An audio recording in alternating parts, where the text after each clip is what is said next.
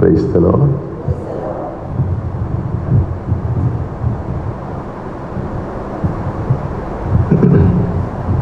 പുതിയ മാർപ്പാപ്പയെ ലഭിച്ചാൽ എല്ലാവരും സന്തോഷിക്കുന്നില്ലേ? ഒരു അസന്നിഗ്ധാവസ്ഥ മാറിയല്ലേ? നാഥനില്ലാ കളിയായിരുന്നു കുറച്ച് ദിവസത്തേക്ക്.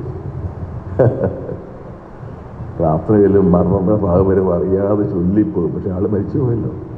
ഇനിയിപ്പോൾ യഥാർത്ഥത്തിൽ ധൈര്യമായിട്ട് പറയാം. ഈ മാർപ്പാപ്പ അമേരിക്കയിൽ നിന്നുള്ള ആളാണെന്നാണ് പറയുന്നത്. അമേരിക്കയിൽ ജനിച്ച് വളർന്ന ആളാണ്. സഭയുടെ ചരിത്രത്തിൽ ആദ്യമായിട്ടാണ് അമേരിക്കയിൽ നിന്നൊരു മാർപ്പാപ്പ ഉണ്ടാകുന്നത്. ഈ മാർപ്പാപ്പ തെരഞ്ഞെടുപ്പ് നിങ്ങൾ കണ്ട് കാണുമല്ലോ, ഈ ടി വിയിലൂടെ എല്ലാം. എന്തൊരു പ്രധാനപ്പെട്ട കാര്യമാണല്ലേ. കത്തോലിക്കാ സഭയുടെ ശ്രേഷ്ഠതയും മഹത്വമൊക്കെ നമുക്ക് മനസ്സിലാക്കാൻ പറ്റിയ അവസരമാണ്. അതീവ രഹസ്യമായി കർദിനാളമേത്ത് കയറി കഴിഞ്ഞാൽ പിന്നെ ഒരു കുഞ്ഞിനും അകത്ത് നിൽക്കാൻ പാടില്ല. അതെല്ലാം ബൈബിൾ തൊട്ട് സത്യം ചെയ്ത ശേഷമാണ് അവർ ഈ വോട്ടിടുന്നത്. ഇപ്പം ദൈവത്തിൻ്റെ സഭ 2000 വർഷമായിട്ട് പരിശുദ്ധാത്മാവ് നയിക്കുക എന്നുള്ളതിൻ്റെ നമുക്ക് കൂടുതൽ മനസ്സിലാക്കാൻ ഇത്ര സംഭവങ്ങൾ അറിയുമ്പോൾ പിടികിട്ടും. അല്ലെങ്കിൽ ഒരാളങ്ങോട്ട് വരികയല്ല. ദൈവം അനാദികാലം മുതൽ ഓരോ കാലഘട്ടത്തിലുമുള്ള ജനത്തെ നയിക്കാൻ പറ്റിയ ആളെ ദൈവം തിരഞ്ഞെടുക്കുന്ന ആളെയാണ്. നമ്മൾ പ്രാർത്ഥനയ്ക്ക് വേണ്ടി എല്ലാ കുർബാനിലും പ്രാർത്ഥിക്കുകയാണ്. എന്തുകൊണ്ട് അങ്ങനെ പ്രാർത്ഥിക്കുന്നത്? നമുക്കറിയാം, പത്രോസ് ആയിരുന്ന ആദ്യത്തെ മാർപ്പാപ്പ. അദ്ദേഹം ഒരുപാട് ബലഹീനത ഉള്ള ആളായിരുന്നു. ഈശോയ്ക്ക് വേണ്ടി മരിക്കാൻ തയ്യാറാണെന്ന് പറഞ്ഞ ആൾ തന്നെ കർത്താവിൽ ഇടറുകയും കർത്താവിനെ തള്ളിപ്പറയുകയും ചെയ്തു. പക്ഷേ പിന്നീട് ഈ പത്രോസ് ഈശോയുടെ സ്നേഹത്താൽ ജ്വലിക്കുന്ന ആളായിട്ട് അവസാനം കർത്താവിന് വേണ്ടി രക്തസാക്ഷിയായി, കുരിശ് മരണത്തിലൂടെ രക്തസാക്ഷിയായി.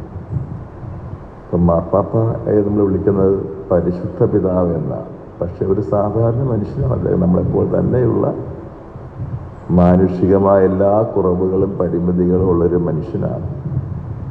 അതുകൊണ്ടാണ് മാർപ്പാപ്പയ്ക്ക് വേണ്ടി എല്ലാവരും പ്രാർത്ഥിക്കുന്നത്. 140 കോടി കത്തോലിക്കർ ലോകത്തിലുണ്ട്. 140 കോടി കത്തോലിക്കരും കുർബാന അർപ്പിക്കുമ്പോഴൊക്കെ പ്രാർത്ഥിക്കുക. എന്തുവേണ്ടിയാണ്? പരിശുദ്ധ പിതാവിന് വേണ്ടി പ്രാർത്ഥിക്കുകയാണ്. ആ പ്രാർത്ഥന വഴി നമുക്ക് ബന്ധം, നമ്മൾക്ക് വളരെ അടുപ്പമുള്ളവർക്ക് നമ്മൾ പ്രാർത്ഥിക്കാറില്ലേ? എല്ലാവർക്കും കൂടി നമുക്ക് പ്രാർത്ഥിക്കാൻ പറ്റിയല്ല. പക്ഷെ നമ്മുടെ മനസ്സിൽ അടുപ്പമുള്ള ആൾക്കാരെ മനസ്സിൽ വരും നമുക്ക് പ്രാർത്ഥിക്കാൻ. അപ്പം അതിൽ ഏറ്റവും പ്രധാന വ്യക്തിയാണ് മാർപ്പാപ്പ. മാർപ്പാപ്പയ്ക്ക് വേണ്ടി പ്രാർത്ഥിക്കാത്ത ഒരു കുർബാനയും ഒരു സ്ഥലത്തും നടക്കുകയില്ല. എല്ലാ കുർബാനയിലും മാർപ്പാപ്പയ്ക്ക് വേണ്ടി പ്രാർത്ഥിക്കണം. അതൊരു നമ്മളെ പഠിപ്പിക്കുകയാണ്. മാർപ്പാപ്പ നമ്മുടെ പ്രാർത്ഥനാ വിഷയമാകണം. മാർപ്പാപ്പയുടെ വായിൽ നിന്ന് തെറ്റ് വരാൻ പാടില്ല. മാർപ്പാപ്പയുടെ പ്രവൃത്തി തെറ്റ് വരാൻ പാടില്ല.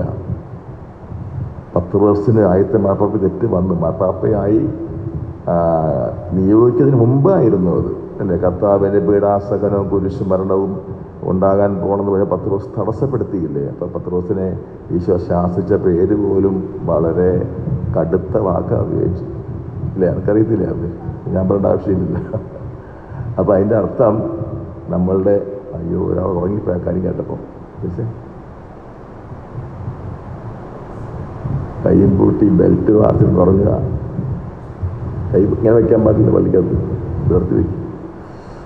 ആണുങ്ങൾ ഉറങ്ങണം കണ്ടിട്ടുണ്ട്. അങ്ങനെ പെണ്ണുങ്ങൾ ഉറങ്ങണ ചരിത്രത്തിൽ ആദ്യമായിട്ടാണ്.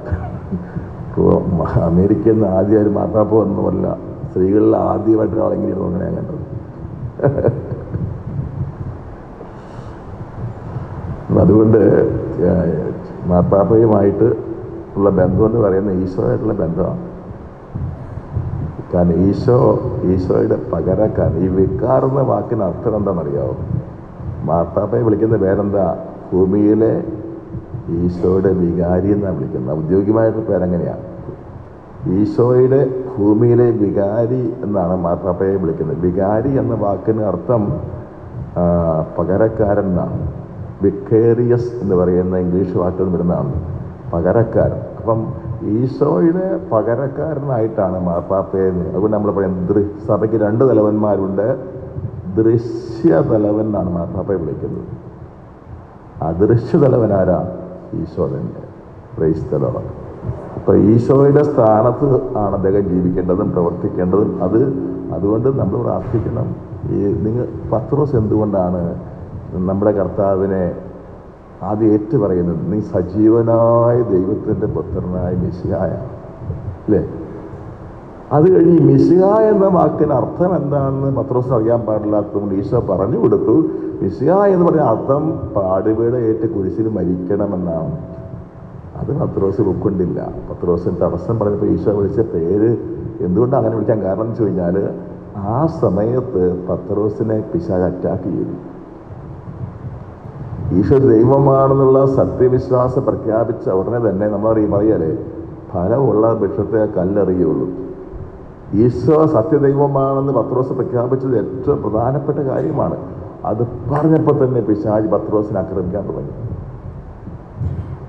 ഇപ്പം മാർപ്പാപ്പേനെയും നിങ്ങൾക്കും എനിക്കൊക്കെ പ്രലോഭനങ്ങൾ, പരീക്ഷകൾ ഉണ്ടാകുന്നുണ്ടെങ്കിൽ അതിൻ്റെ അനേകം മടങ്ങ് പരീക്ഷകളും പ്രലോഭനങ്ങളും മാർപ്പാപ്പയ്ക്കുണ്ടാകും.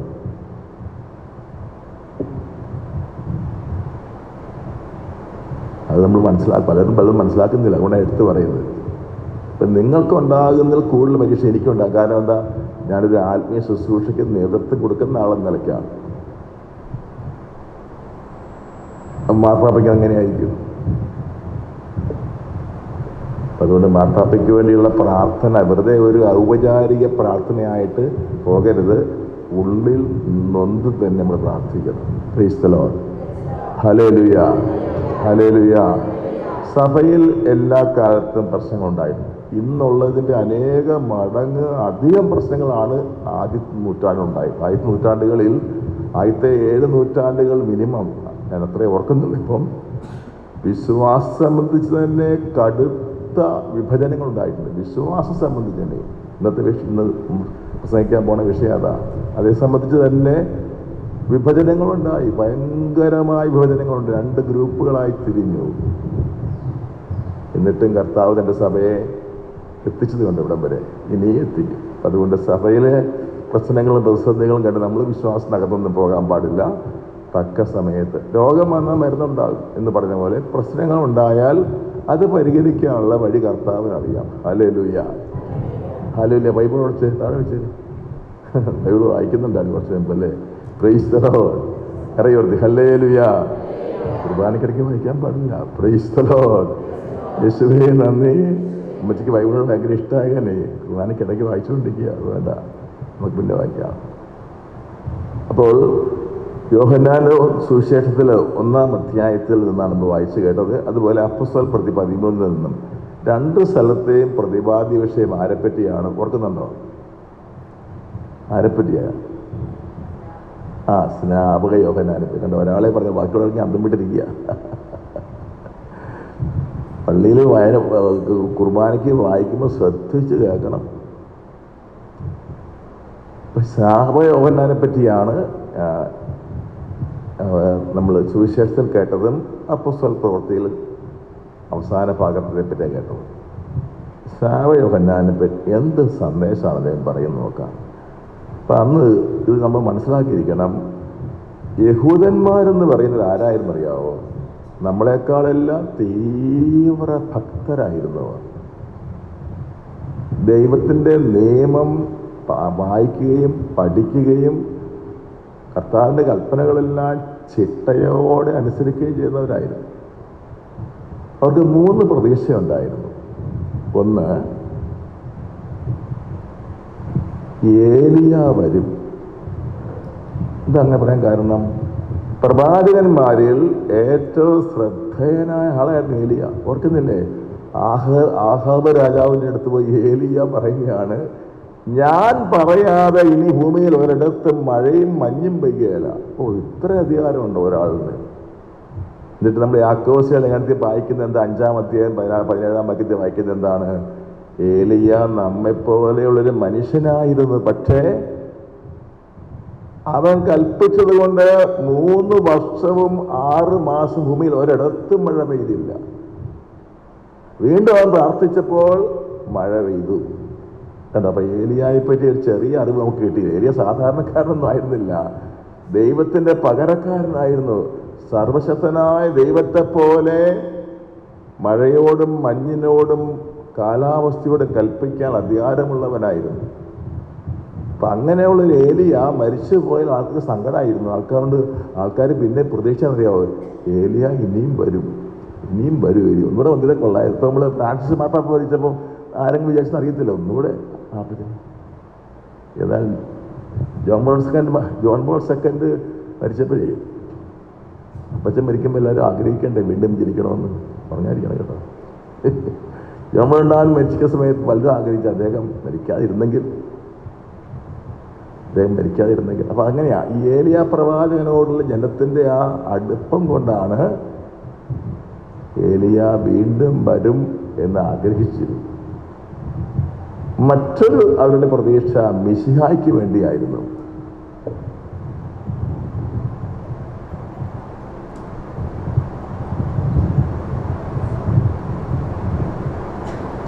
ഒത്തിരി ആളോട് വന്നായത് ഉറങ്ങാൻ വേണ്ടി. കുറെ നാളെ കണ്ടിട്ട് ഇന്ന് വന്നത് നേർച്ചയായിട്ട് വന്നിരിക്കുക, ഒന്ന് ഉറങ്ങിയെത്തിയിരുന്നു. ഇനി ആരും ഉറങ്ങിയാൽ നിങ്ങൾ എഴുന്നേപ്പിച്ച് നിർത്തുക എല്ലാവരും കേട്ടോ. കാരണം എന്തായാലും ഞാനിവിടെ നിൽക്കാണല്ലോ, നിങ്ങളുടെ കാലിന് കഴിച്ചു നോക്കട്ടെ. അപ്പോൾ മിശിഹ വരുന്ന പറയാൻ പ്രതീക്ഷിക്കാൻ കാരണം എന്താണെന്നറിയോ? മിശിഹ എന്ന വാക്കിന് അവരർത്ഥമാക്കി വെച്ചിരുന്നത്, അവർ പ്രതീക്ഷിച്ചിരുന്നത് ഇങ്ങനെയാണ്: പാപത്തിൽ നിന്ന്, ദുഃഖങ്ങളിൽ നിന്ന്, ദുരിതങ്ങളിൽ നിന്ന് എല്ലാം എന്നേക്കുമായി മോചിപ്പിക്കുന്ന ഒരു വിമോചകൻ.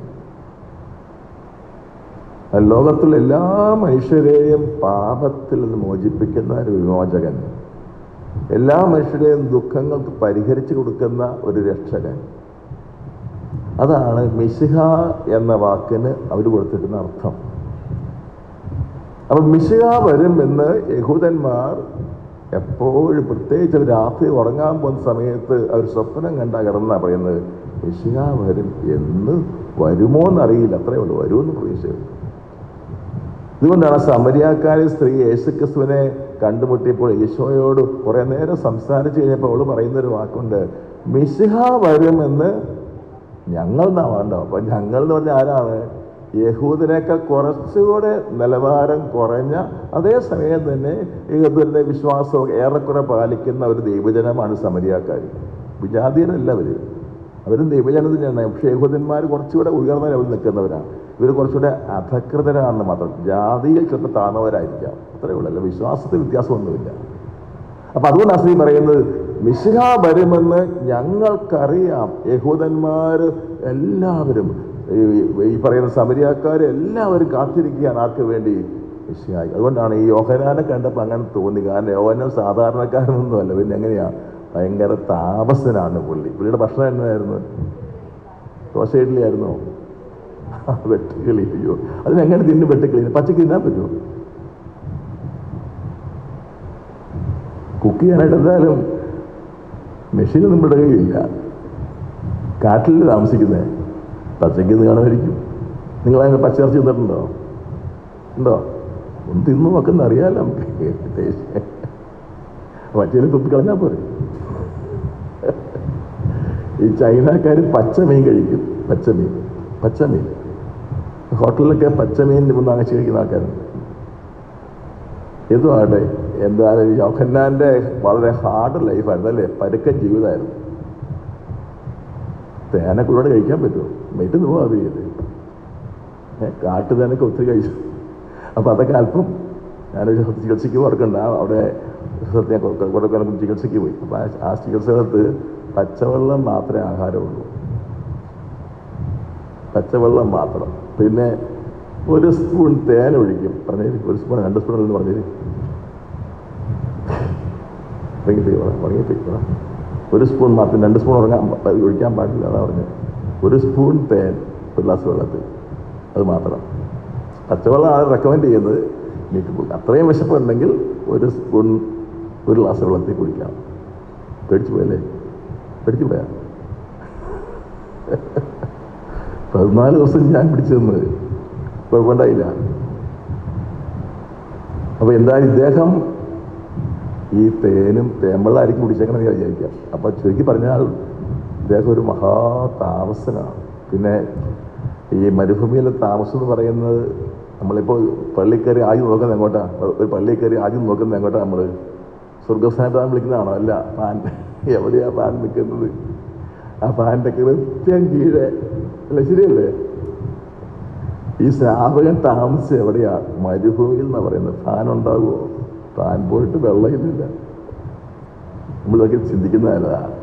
മരുഭൂമിയിൽ കുഞ്ഞുനാൾ മുതൽ ഒരു ആരോഗ്യമുള്ള ഒരു നല്ല പക്വതയുള്ള പ്രായത്തെ 10-30 വയസ്സ് കാണുമായിരിക്കും. ഈശോയുടെ പ്രായം ഏകദേശം നമുക്കറിയാമല്ലോ. അത് മാതാവ് ഈശോയെ ഗർഭം ധരിച്ച ഉടനെ ആണല്ലോ ഈ യോഹന്നാൻ്റെ വീട്ടിലോട്ട് പോകുന്നതും. അന്നേരം യോഹന്നാൻ്റെ അമ്മയ്ക്ക് 6 മാസമായിരുന്നു. അപ്പോൾ ഈശോയേക്കാൾ 6 മാസം പ്രായം കൂടുതൽ അതേ ഉള്ളൂ. അപ്പോൾ ഈശോയ്ക്ക് 31 വയസ്സുണ്ടെങ്കിൽ യോഹന്നാന് 31.5 വയസ്സ് കാണും. അപ്പോൾ നല്ല ആരോഗ്യമുള്ള പ്രായമാണ്. പക്ഷേ കഴിക്കുന്ന ഭക്ഷണം ഇതാണ്. താമസ സ്ഥലം മരുഭൂമിയിലാണ്. മഞ്ഞും പെയ്യും ചൂട് ഇതെല്ലാം അനുഭവിക്കും. നമ്മൾ ചിന്തിക്കും, നമ്മളെപ്പോഴും നമ്മുടെ ജീവിത സൗകര്യങ്ങളെ പറ്റി പരാതിയുള്ളവരല്ലേ? ഇത്രയും പോരാ, കുറച്ചുകൂടെയൊക്കെ വേണ്ടതായിരുന്നു അല്ലേ?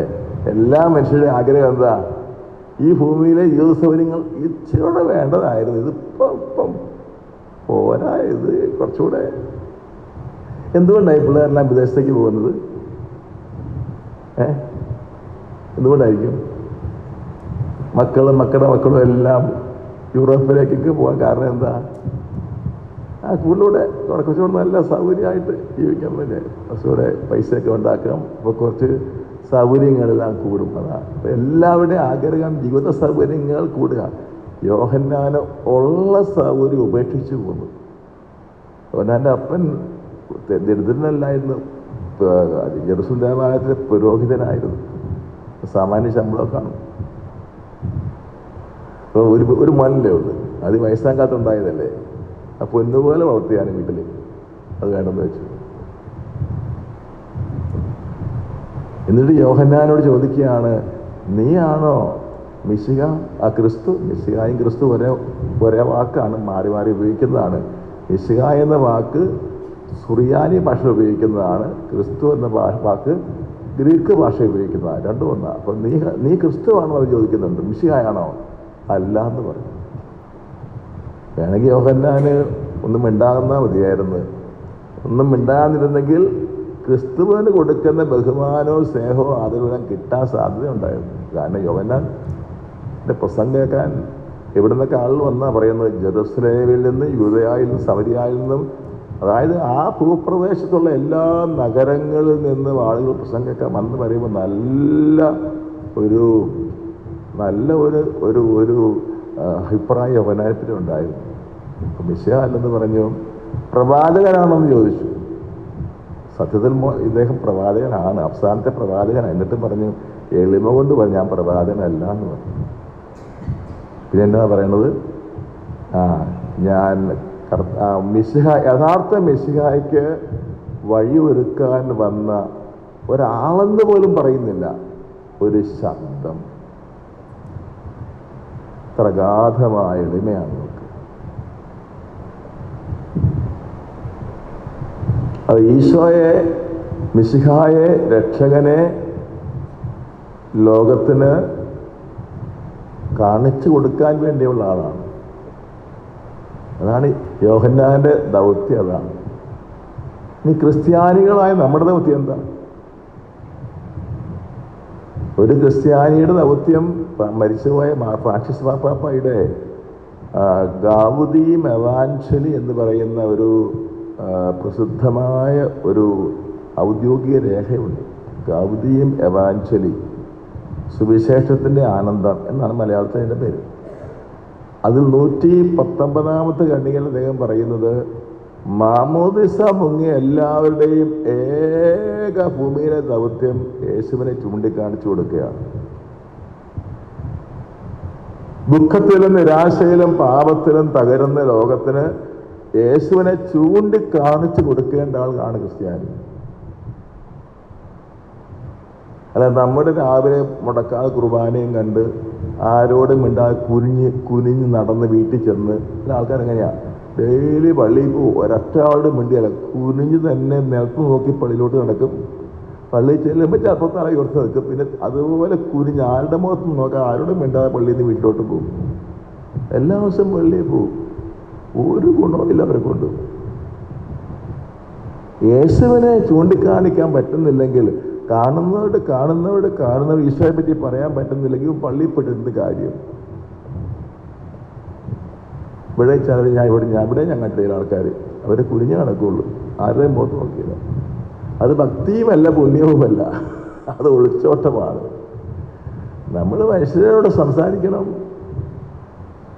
കർത്താവിനോട് സംസാരിക്കാൻ. ഇപ്പോൾ ഓർക്കുന്നുണ്ട്, നമ്മുടെ ഈ ഗോശ്രീ പാലം വരുന്നതിന് മുമ്പ് ഓർക്കണുണ്ടോ ആ കാലഘട്ടം? എന്നതാ അവിടെ എന്നതായിരുന്നു? 3 കരകളേ ഉള്ളൂ, കായലാണ്, അങ്ങോട്ട് പോകാൻ നടന്നു പോകാൻ പറ്റിയല്ല, വഞ്ചിക്ക് പോകണം. അന്ന് പൊന്നാരിമംഗലം പള്ളിയിൽ ഞാൻ ധ്യാനത്തിന് പോവുകയാണ്. അന്ന് ഞാൻ ചേർത്തല ഒരു പള്ളിയിൽ വികാരിയാണ്. കുർബാന രാവിലെ 6:15 കഴിഞ്ഞ്, 6:15 കുർബാന, 7:15 കുർബാന കഴിഞ്ഞ് കാപ്പി പിടിക്കാൻ നേരമില്ല. അപ്പോൾ അവിടെ തന്നെ 8:30 ധ്യാനമല്ലേ. ബസ്സേ പോവുകയല്ല, ബസ്സേ പോകണമെങ്കിൽ ചേർത്തല ബസ് സ്റ്റാൻഡിൽ കയറി കറങ്ങി അവിടെയൊക്കെ തപ്പിയൊക്കെ നടക്കും ഒരു ഡ്രൈവർ. ആ നേരത്തിൽ ലോറി കൈ കാണിക്കും, ഹല്ലേലൂയ. അപ്പോൾ അങ്ങനെ ഞാൻ അവിടെ വരുമ്പോൾ കാണുന്നൊരു കാഴ്ചയെ 8:30 മണിയായിട്ടുള്ളൂ അല്ലെ. അപ്പോഴേക്കും ഒരു മുടന്തുള്ള ജോസഫിയായിട്ട് മുളവുകാടാ വീട്, ഞാൻ നടക്കണേ മുളവുകാട്. അപ്പോൾ കയ്യിലൊരു അലൂമിനിയത്തിൻ്റെ വലിയൊരു പാത്രം, അതിന് എന്നാ പറഞ്ഞ പേര്? ചരുവ, വട്ടയെന്ന് പറയും. ചരുവെന്ന് പറഞ്ഞ ചെമ്പിൻ്റെയാ, ഇത് വട്ട. അത് ഈ വട്ടയ്ക്കകത്താണ് മീൻ വാങ്ങിച്ചു കൊണ്ട് വിൽക്കുന്നത്.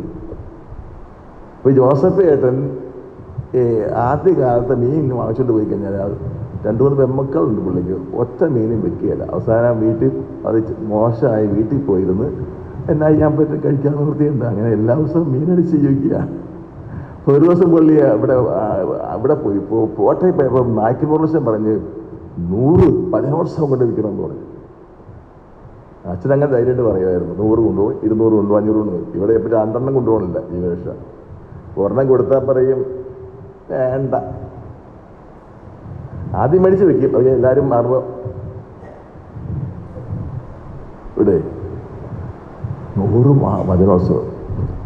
അപ്പം അത് കൊണ്ടേ കൊടുത്തപ്പോൾ പുള്ളിക്ക് ഗുണമുണ്ടായെന്നറിയാമോ? പുള്ളിയുടെ മീൻ 8 മണിക്ക് വിറ്റ് തീരും, എല്ലാ മീനും. കരയ്ക്ക് പോലും മീൻ കിട്ടിയല്ല. ഇത് നല്ല പരിപാടിയാണല്ലോ, നല്ല പരിപാടി, ലാഭമുള്ള പരിപാടിയാണല്ലോ. മറ്റത് വൈകുന്നേരം വരെ നടന്നാൽ മീനൊന്നും വിറ്റ് പോകുന്നുമില്ല. അവസാനം ചീഞ്ഞ മീൻ വീട്ടിൽ കൊണ്ട് കഴിക്കണം, കാശും നഷ്ടം. ഇപ്പം ഈ വചനോത്സവ മാസം കൊടുത്ത് തുടങ്ങിയപ്പോഴേക്കും പുള്ളിയുടെ 8 മണിക്ക് മുമ്പ് രാവിലെ മാർക്കറ്റിൽ നിന്ന് മീൻ എടുത്താൽ ഇവിടെ വന്ന മീൻ തീർന്നു കഴിഞ്ഞു. അപ്പം ഞാൻ ചോദിച്ചു, അപ്പം ഞാൻ 5 ദിവസം ഞാനവിടെ പോയി. 5 ദിവസം ഇങ്ങനെ കണ്ടു, ഇങ്ങനെ വന്ന് ഈ വചനോത്സവം കൊടുക്കുന്നത്. അത് നടക്കാൻ പാടില്ല. ഞാൻ പരിചയപ്പെട്ട് അന്ന് ചെറിയൊരു ജങ്കാറ് പോലെ ഉണ്ടായിരുന്നു അവിടുന്ന്. അപ്പോൾ അതേപോലെ നമുക്ക് പുറത്ത് നിൽക്കാം, വർത്താനം പറയാം. ഞാൻ വർത്താനം പറഞ്ഞു. അപ്പോൾ എന്നോട് ഞാൻ ചോദിച്ചപ്പോൾ പറഞ്ഞു, അച്ഛാ ഇതൊക്കെയാണ് എൻ്റെ കാര്യം, ഞാനിപ്പോൾ 500 വചനോത്സവം കൊടുക്കുന്നുണ്ട്. 500 വചനോത്സവം. പത്രോസ് കേട്ടോ, 100 തുടങ്ങിയിട്ട് 500, അതായത് 100 വചനോത്സവം ആദ്യം ദിവസം തുടങ്ങി, പിന്നെ 500 വചനോത്സവം. അപ്പം ഈ ബോട്ടയിൽ വന്നുകൊണ്ട് യാത്രക്കാരോടൊക്കെ ചോദിക്കും പേരെന്താ, ഇങ്ങനെയല്ല ഇങ്ങനെയല്ല പറഞ്ഞിട്ട്. എൻ്റെ അന്ന് 3 രൂപ വിറ്റുള്ളൂ വചനോത്സവം, 3 രൂപ 5 രൂപ കൊടുക്കും. ഇപ്പം ഞാൻ പലപ്പോഴും ഈ ചേട്ടനെ ഓർക്കും, ഈ ചേട്ടൻ മരിച്ചു കഴിഞ്ഞപ്പോൾ കർത്താവ് എന്ത് പറഞ്ഞു കാണും?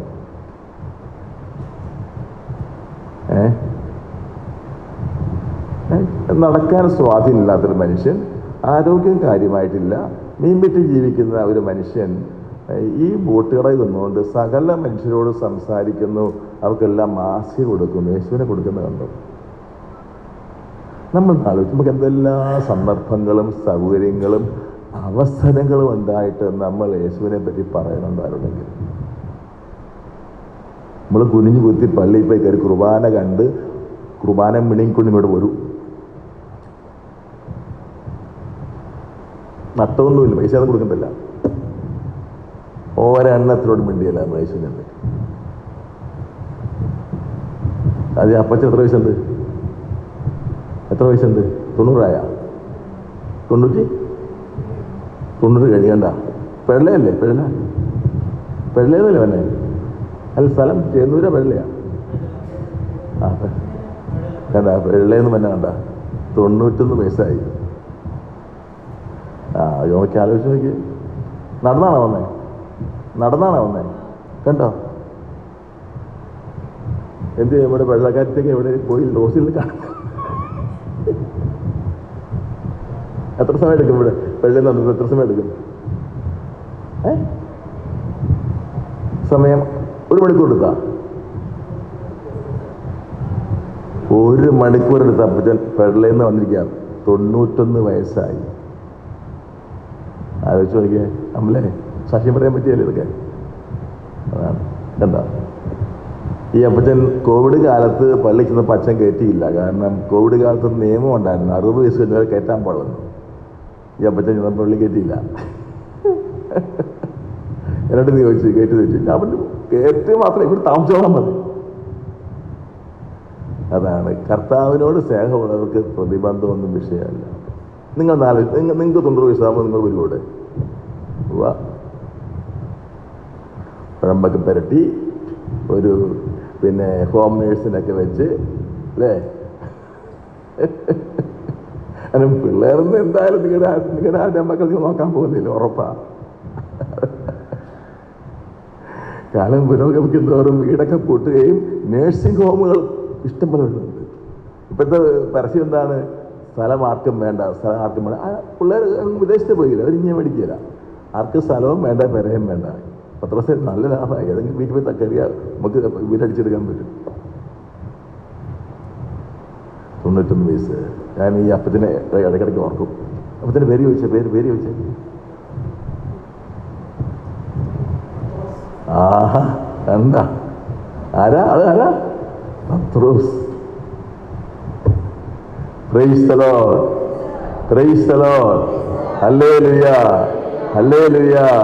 ഹല്ലേലൂയ. അപ്പം ഇതൊരു സാക്ഷ്യമല്ലേ? ഇന്ന് ആലോചിച്ച് നോക്കിയേ. ഈ അപ്പച്ചൻ അവിടുന്ന് പള്ളിയിൽ നിന്ന് ഇവിടം വരെ വന്നപ്പോൾ അദ്ദേഹം ആരോട് പ്രസംഗിച്ച് കാണിയല്ല. പക്ഷെ അതൊരു കാണുന്നവർ പറയും, ചിറ്റൂർക്ക് പോവുക. അതെന്നെ സാക്ഷി ഇല്ലേ? അതെന്നെ സാക്ഷി. അത് ഫ്രാൻസിസ് അസീസി പുള്ളിക്കാരൻ പറഞ്ഞു, എപ്പോഴും കർത്താവിനെ പ്രസംഗിക്കണം, അത്യാവശ്യം വന്നാൽ വാക്കുപയോഗിച്ചാൽ മതി എന്ന് പറയും.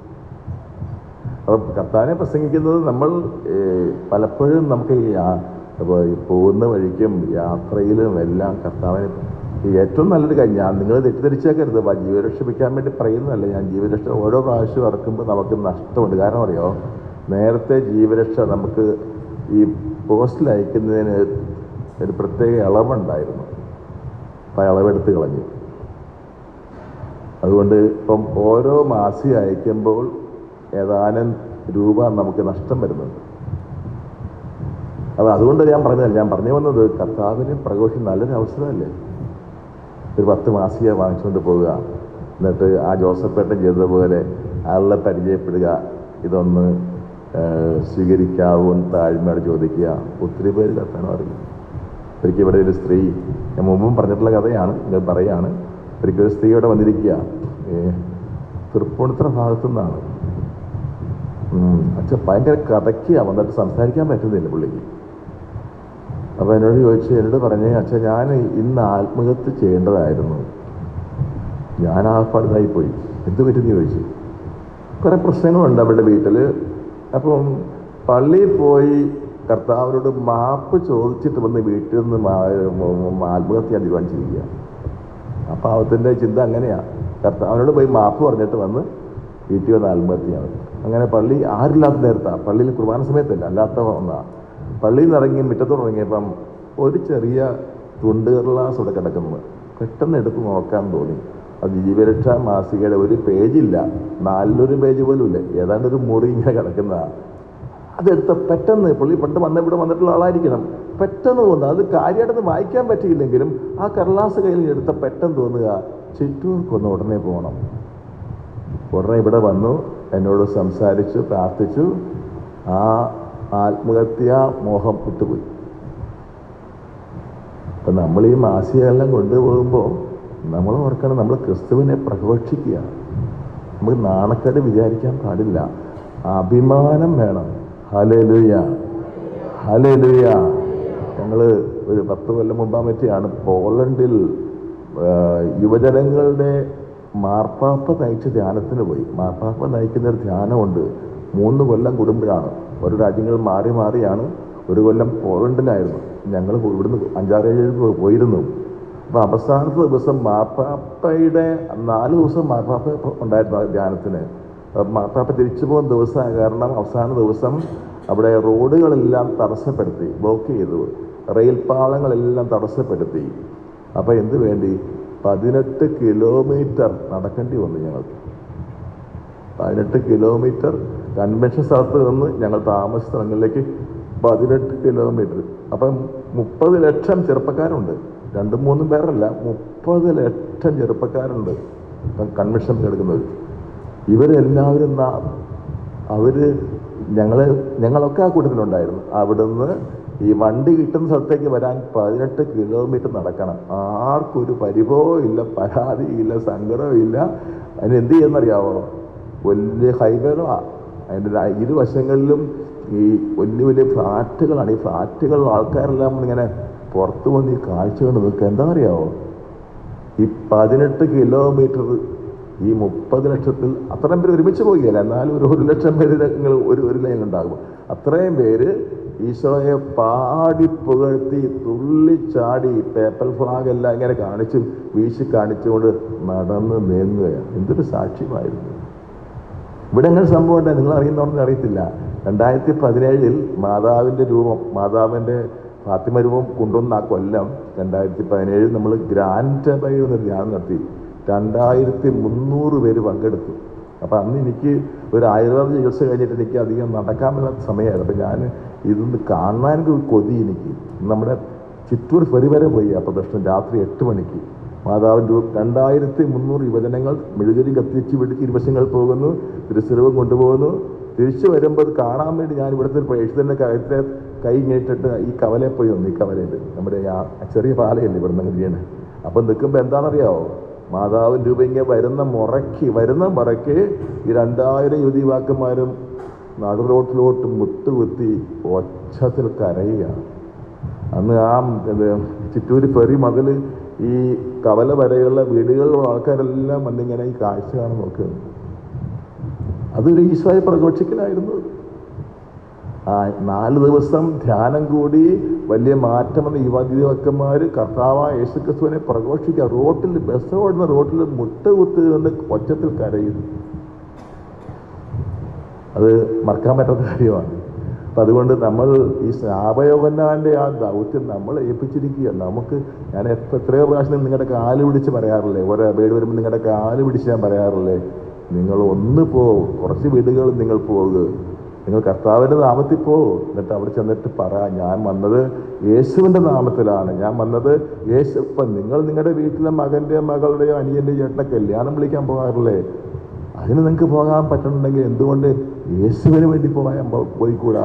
ഈശ്വര നാമത്തിൽ ചെന്നിട്ട് പറയണം, ഇത്രാം തീയതി പോലെ ചിറ്റൂർ ധ്യാന കേന്ദ്രത്തിൽ യുവതീവാക്കന്മാരുടെ ധ്യാനത്തിന് ഞാൻ ക്ഷണിക്കാൻ വന്നതെന്ന് പറയണം.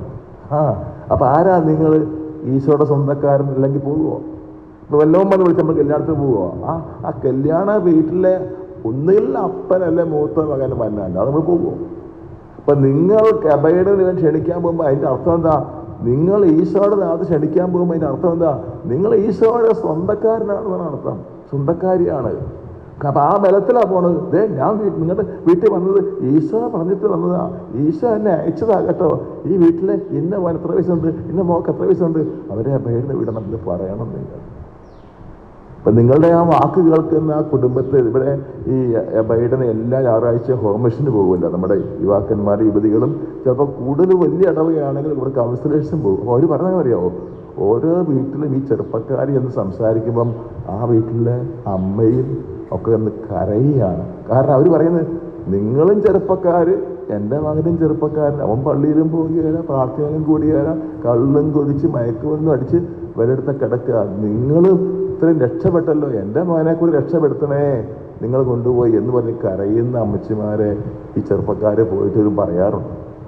അപ്പോൾ അതുകൊണ്ട് പ്രിയപ്പെട്ടവരെ, നമ്മൾ നമ്മുടെ സ്വന്തം കാര്യം മാത്രം നോക്കി ജീവിക്കരുത്. അത് ഏറ്റവും നിലവാരം ഞാൻ പള്ളിയിൽ പോകും, ഞാൻ പ്രാർത്ഥിക്കും, ഞാൻ കൊന്തയെല്ലും, ഞാൻ കരണക്കൊന്തയെല്ലും, ഞാൻ കുരിശിന് വഴി നടത്തും. ഇങ്ങനെ നമ്മളെ കേന്ദ്രീകരിച്ച് ജീവിക്കുന്നത് തീർത്തും നിലവാരം കുറഞ്ഞ ജീവിതമാണ്. അത് മൃഗങ്ങളാണ്. അങ്ങനെ നമ്മളതിനേക്കാൾ ശ്രേഷ്ഠരാണ്. നമ്മളെ കർത്താവ് മാമോദിസ. അവർ ഫ്രാൻസിസ് മാർപ്പാപ്പയുടെ ആ വാക്ക് ഞാൻ പൂർത്തിയായിട്ട് പറഞ്ഞില്ല. ഫ്രാൻസിസ് മാർപ്പാപ്പയുടെ ഗൗതി എവാഞ്ചലി എന്ന പുസ്തകത്തിൽ പറയുന്നത്, മാമോദിസ മുങ്ങിയ എല്ലാവരുടെയും ഉള്ളിൽ പരിശുദ്ധാത്മാവ് യേശുവിനെ പ്രഘോഷിക്കാൻ നിർബന്ധിച്ചുകൊണ്ടിരിക്കുന്നുണ്ട്. എനിക്കത് വളരെ ഇഷ്ടപ്പെട്ടു ആ വാചകം. മാമോദിസ മുങ്ങിയ എല്ലാവരുടെയും ഉള്ളിൽ യേശുവിനെ പ്രഘോഷിക്കാൻ പരിശുദ്ധാത്മാവ് നിർബന്ധിച്ചുകൊണ്ടിരിക്കുന്നുണ്ട്. ഹല്ലേലൂയ, ഹല്ലേലൂയ, ഹല്ലേലൂയ, ഹല്ലേലൂയ, ഹല്ലേലൂയ, ഹല്ലേലൂയ, ഹല്ലേലൂയ, ഹല്ലേലൂയ. എന്താണ് പറഞ്ഞത്? മാമോദിസ മുങ്ങിയ എല്ലാവരുടെയും ഉള്ളില് പരിശുദ്ധാത്മാവ് ഇരുന്നോട് നിർബന്ധിക്കുകയാണ് യേശുവിനെ പോയി പ്രഘോഷിക്കുക.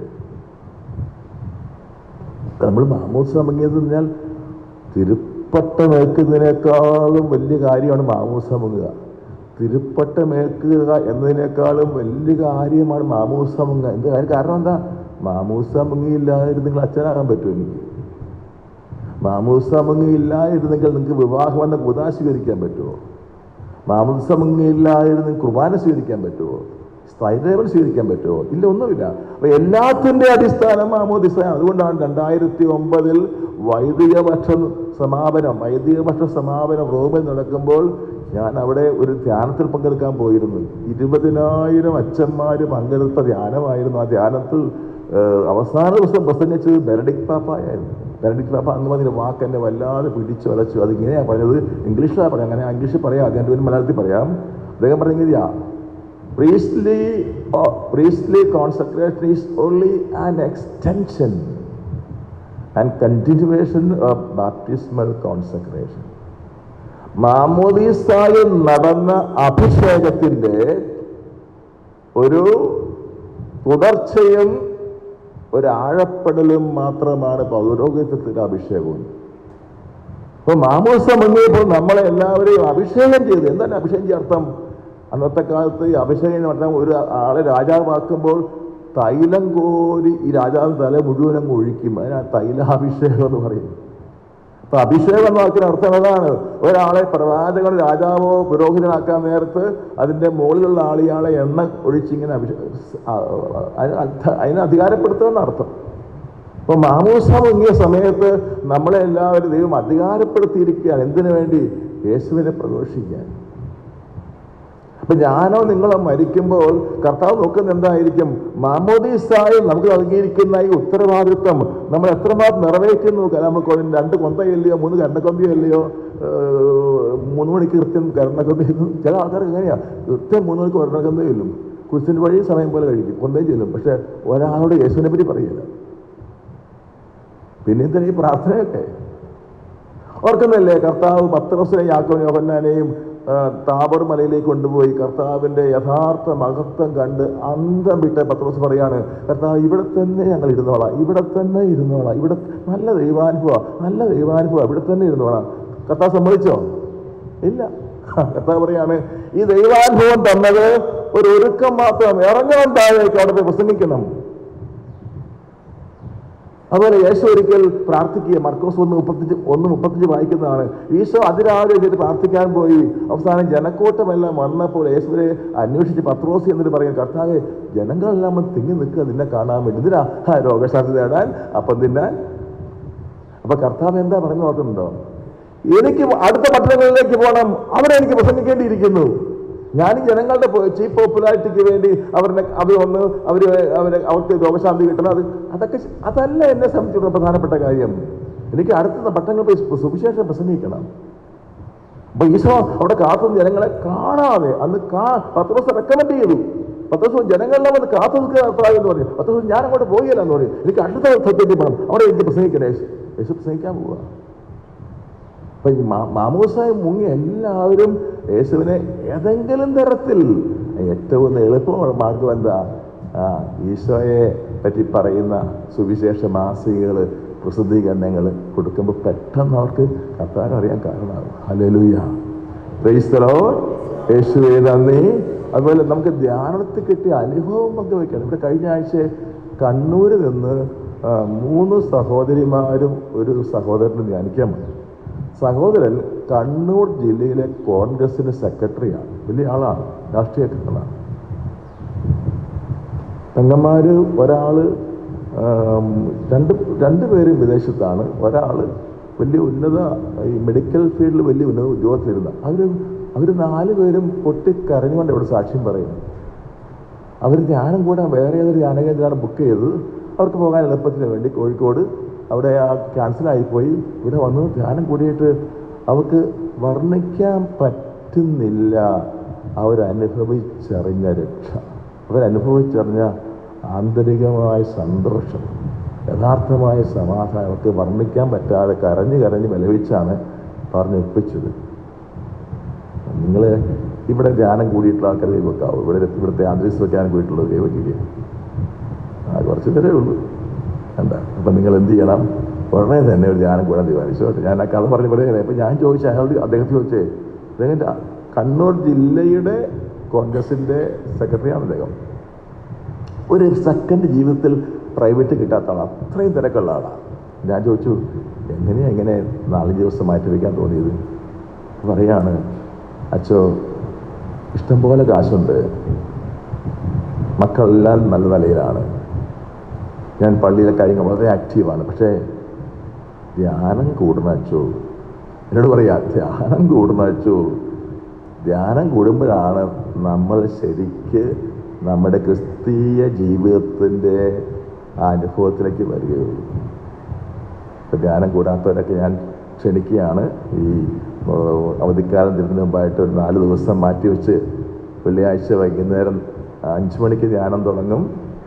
ബുധനാഴ്ച രാവിലെ തീരും. ബുധനാഴ്ച രാവിലെ ജോലിക്ക് പോകേണ്ടവരെ ജോലിക്ക് വിടും. അത്തരത്തിൽ അവരെ ക്രമീകരിക്കും. അപ്പോൾ എന്തായാലും പ്രിയപ്പെട്ടവരെ, നമുക്ക് ഈശോയെ, ഈ സ്നാപകൻ്റെ യോഹന്നാൻ, ഈ സ്നാപകൻ അയ്യനാൾ ജീവിച്ചില്ല, നമുക്കറിയാമല്ലോ അല്ലേ? അദ്ദേഹത്തിൻ്റെ കഴുത്തറത്ത് വന്നു അല്ലേ?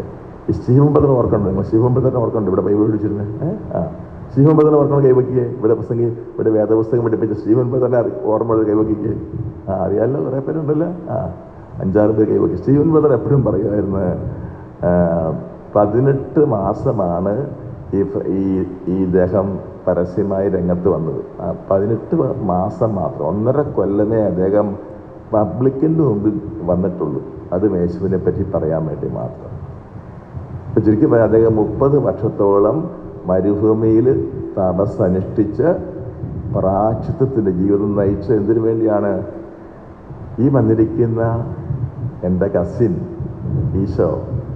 ഈശോയാണ് ലോകത്തിലേക്ക് വരാനിടുന്ന രക്ഷകൻ എന്ന് പറയുന്നത് കണ്ടോ. അവൻ്റെ ചെരുപ്പിൻ്റെ വാറഴിക്കാൻ പോലും ഞാൻ യോഗ്യനായി.